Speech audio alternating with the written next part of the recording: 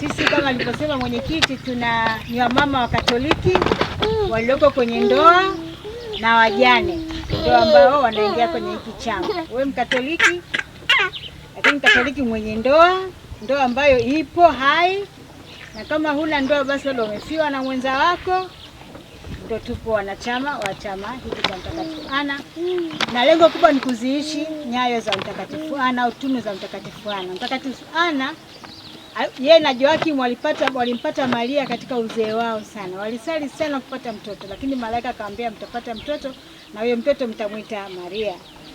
Mama Bikira Maria akazaliwa. Lakini kwa sababu nini? Ana na Joakim walisali sana.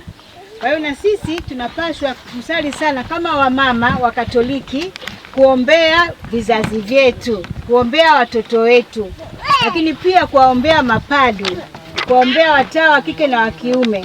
Padri anahitaji sala zetu sana. Amesema na vigango 18. Alafu yuko peke yake, mwenzake ni mgonjwa. Hebu fikiria, mara mwisho umepata misa hapa leo.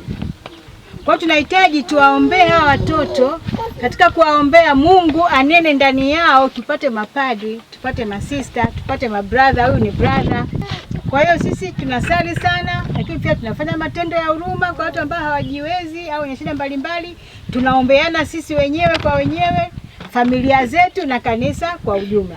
Kwa hiyo sisi nguzo yetu kubwa ni sala. Tunakutana kila Jumanne asubuhi kwenye misa takatifu, ni moja ya sharti letu. Ukiwa mwanachama lazima ujitahidi kushiriki ibada ya misa takatifu kila inapowezekana. Jumanne asubuhi, jioni tutakutana kwenye sala za shirika letu.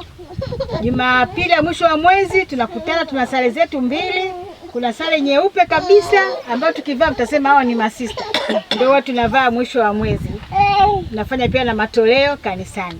Lakini pia tunafanya kazi ya kutegemeza kanisa. Tukiombwa msaada kanisani, kutoa vipaji, kuna michango mbalimbali, na sisi katika udogo wetu, katika uchache wetu, kile ambacho Mungu anatujalia tunakitoa. Kwa hiyo ni waombe wa mama, tunasali, lakini mkiwa kwenye chama cha kitume mnasali, sala zenu zinakuwa na nguvu. Mnapokutana wa mama 4, 5, 6 mnasali. Sasa tunaomba kwa ajili ya kigango chetu.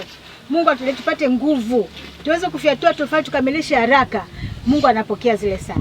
Na wababa, naona wababa ni wachache, lakini wababa waliopo mwaruhusu wa mama wajiunge kwenye vyama vya kitume, kwa sababu pia wanawaombea na nyinyi wababa, ili muweze kupata nguvu zaidi ya kutunza familia, kwa sababu familia ndio kanisa dogo la nyumbani. Kwa hiyo tukasema tuje, tusiishie tu parokiani, kwa sababu alishatushirikisha kwamba kuna kigango huku, kwa sababu si tuje angaona sisi tuweke mbegu yetu kidogo katika kile ambacho nyinyi mmekianza, ili tuwatie hamasa ya kuweza kuendelea. Tumsifu Yesu Kristo. Amina sana, ongereni sana. Hata kama mko 10, 20, kaya 7, lakini ndio kanisa linapoanzia. Msikate tamaa.